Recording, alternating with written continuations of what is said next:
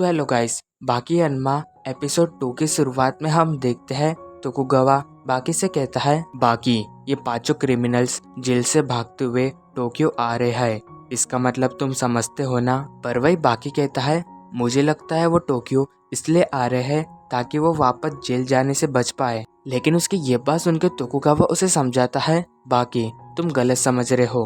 वो पांचों यहाँ पे इसलिए आ रहे हैं ताकि वो हार का स्वाद चख पाए।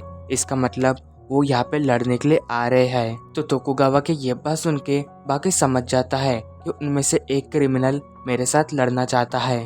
अब वही तोकुगावा बाकी को बताता है, बाकी तुम्हें ये पता है ना, कुछ समय में अंडरग्राउंड मार्शल आर्ट अरीना शुरू होने वाला है। शायद से उस दिन ये पांचों क्रिमिनल तुम सबको अंडरग्राउंड मार्शल आर्ट अरीना में चुनौती देने वाले हैं। तो तोकुगावा के ये बात सुन के बाकी कहता है, तोकुगावा तुम इतनी फिक्र क्यों कर रहे हो, मैं हूं ना, मैं सब संभाल लूंगा। फिर तभी सीन शिफ्ट होता है। हम देखते कि एक गार्डन में एक पर्सन रनिंग कर रहा होता है और वो पर्सन बहुत ही अच्छा बॉक्सर होता है। फिर तभी हम वहाँ पे डोयल को देखते हैं जो न्यूज़पेपर पढ़ रहा होता है। लेकिन तभी डोयल उस पर्सन के ऊपर न्यूज़पेपर फेंक देता है जिससे कि उस पर्सन का चेहरा आधा कट जाता है। तो अब डोयल उस पर्सन के पास जाने लगता है। तो वही वो पर्सन डोयल से कहता है, ओए तूने मेरे ऊपर वो न्यूज़पेपर क्यों फेंका। वो डोयल कुछ भी जवाब नहीं देता। तो ये देख के वो पर्सन बहुत ही गुस्सा होता है जिस वजह से वो डोयल का कॉलर पकड़ लेता है। मगर तभी हम देखते हैं कि उस पर्सन का हाथ कट जाता है क्योंकि डोयल ने अपने कॉलर के अंदर ब्लेड्स को छुपा के रखा होता है। फिर तभी डोयल अपनी एल्बो से उस पर्सन के ऊपर अटैक करता है और हम देखते हैं कि उसकी एल्बो के अंदर और एक ब्लेड होता है जिस वजह से उस पर्सन का गला कट जाता है और वो वहीं पे ही गिर जाता है।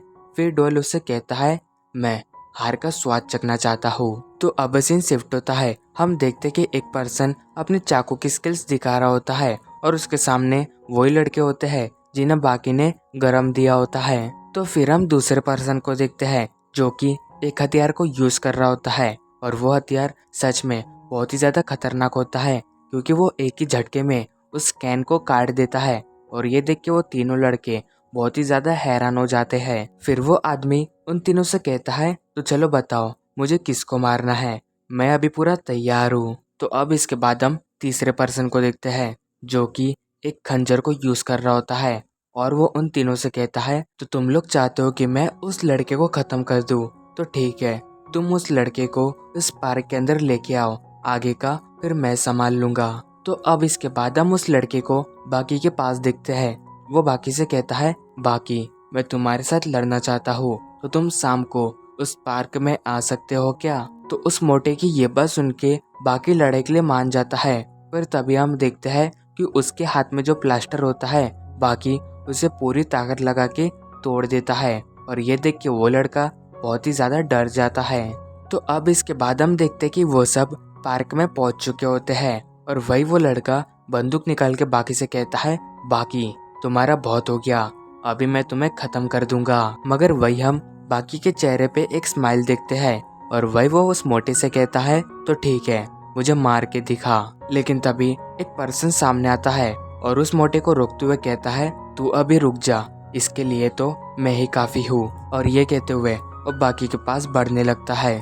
लेकिन तभी बाकी को देख के उसे याद आता है कि बाकी ने बहुत समय पहले उसे बहुत ही बुरी तरीके से मारा था। तो वही बाकी कहता है, ओ तो तू वही है, लगता है तू मेरी और मार खाना चाहता है। तो ये बात याद करके उस पर्सन के पसीने छूटने लगते हैं। मगर तभी वो दूसरा पर्सन बाकी पे अटैक कर देता है, लेकिन बाकी अपने हाथ से उसके हथियार को पकड़ लेता है। तो ये देख के वो पर्सन अपने हथियार को वापस खींच लेता है, जिसके बाद वो अपनी पूरी ताकत से बाकी के ऊपर अटैक करता है, पर बाकी उसके हमले से बच जाता है।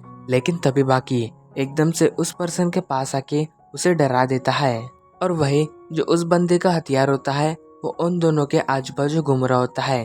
पर तभी बाकी बीच में उंगली डाल देता है जिससे कि वो हथियार उसी पर्सन के मुंह में लगता है, जिससे कि वो वहीं पे दर्द के मारे बैठ जाता है। अब इसके बाद जो तीसरा पर्सन होता है वो बाकी पे अटैक कर देता है, पर बाकी उसके पेट पे अपनी कोहनी मार के उसे रोक देता है, जिसे देख के वो पर्सन अपने चाकू को बाहर निकाल लेता है और बाकी को अपनी टेक्निक दिखाने लगता है। लेकिन तभी उसके हाथ से उसका चाकू गायब हो जाता है और एकदम से बाकी ये काम उसका चाकू लेके आदमी ने उसके सामने आ जाता है। जब उन्हें फोटो से दिखाया वो पर्सन उन्होंने बताया बहुत ही ज्यादा हैरान हो जाता है। तो अब इसके बाद बाकी उस मोटे के पास जाने लगता है और उससे कहता है अभी सब तो खत्म हो गए, तो अभी तेरी बारी है।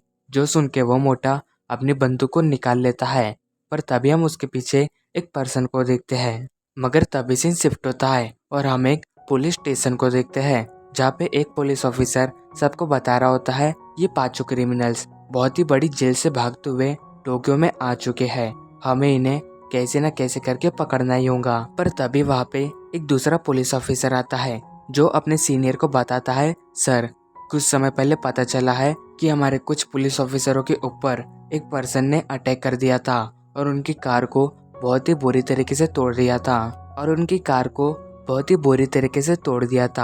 जब वहाँ के लोगों से पूछा गया तो उन्होंने बताया, जिसके बाद हम वापस से बाकी के ऊपर आते हैं और हम देखते कि वो पर्सन और कोई नहीं बल्कि स्पेक होता है। और इसी के साथ हमारा ये एपिसोड एंड होता है। Thank you so much for watching my video.